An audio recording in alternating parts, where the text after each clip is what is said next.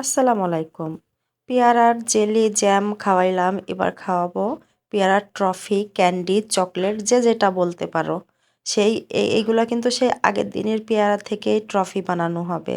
তোমরা আবার ভাইবো না যে নতুন করে পেয়ারা কাটতেছি। এটা কিন্তু আগের দিন জ্যাম জেলি বানানো হয়েছিল, সেই পেয়ারার অংশগুলো রেখে দিছিলাম। পরের দিন আবার এই যে সিদ্ধ করে নিচ্ছি। আমি হাঁড়িতে সিদ্ধ করতেছি, তোমরা চাইলে প্রেসার কুকারে সিদ্ধ করতে পারো। প্রেসার কুকারে সিদ্ধ করলেই বেশি ভালো হয়, সিদ্ধটা খুব সুন্দর হয়। এই যে আগের দিনের পেয়ারার জেলি বানায় এই পেয়ারার বাকি অংশগুলো আবার ভালো করে সিদ্ধ করে এখন চেপে চেপে পানিগুলো বের করে নিব। ছিদ্রওয়ালা একটা ডালায় ঢেলে নিচ্ছি যাতে পানিটা খুব সুন্দরভাবে বের হয়ে যায়। এবার চিপে চিপে যে অবশিষ্ট পানিটুকু থাকবে সেগুলো বের করে নিচ্ছি। এবার ঠান্ডা করে এটাকে সুন্দর করে ব্লেন্ডারে ব্লেন্ড করে নেব, একদম যেন স্মুথ একটা পেস্ট হয়। তারপরে একটা ঝাঁঝরিতে নিয়ে বিচি যেন না পড়ে বা কোনো দানা দানা না থাকে, ভালো করে জিনিসটাকে একদম সেকে নেওয়ার মতো চেলে নিচ্ছি।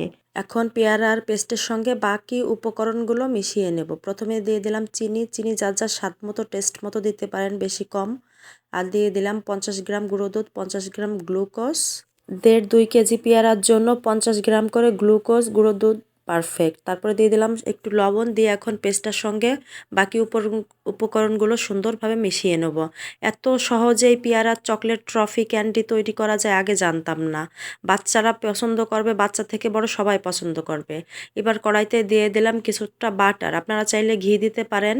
বাটার দেওয়ার দুইটা সুন্দর কারণ হচ্ছে, প্রথমত কড়াইয়ের সাথে লাগবে না, দ্বিতীয়ত সুন্দর একটা ঘ্রাণ বের হবে।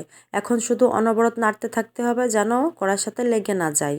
এক পেয়ারার থেকে আমরা দুইটা রেসিপি পেয়ে গেলাম। পেয়ারার রস দিয়ে জেলি তৈরি করাম, আর পেয়ারার বাকি অংশ যে সাবাটা থাকে সেটা দিয়ে আমরা ট্রফি বা চকলেট তৈরি করতেছি। তারপরে যখন একদম শুকায় আসবে পেস্টটা, কড়ার থেকে উঠে উঠে আসবে, তখন দিয়ে দেবেন 2 মুটকি ভিনেগার বা 2 চামচ লেবুর রস।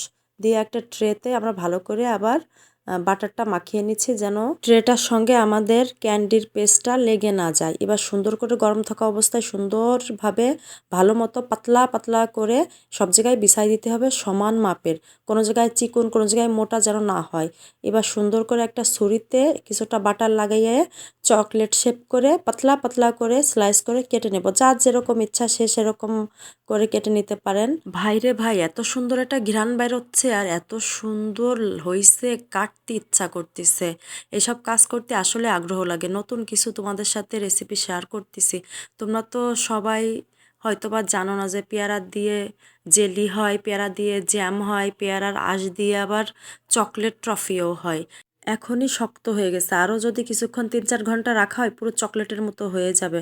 এখন আমরা পিসগুলো আলাদা আলাদা করে কেটে একটা ফয়েল পেপারে ঠান্ডা হলে মুড়ায়ে বয়মে করে সংগ্রহ করে রেখে দিতে পারবো 6 মাস থেকে 1 বছর। বাচ্চা থেকে বড় সবাই পছন্দ করবে। বাইরের 2 নাম্বার চকলেট না খাওয়ায়ে বাচ্চাদের ঘরে কিছু করে খাওয়ান, কত সুন্দর লাগতেছে দেখেন তো। আপনারাও এইভাবে পিস পিস করে কেটে ফয়েল পেপারে মুড়িয়ে রাখতে পারবেন।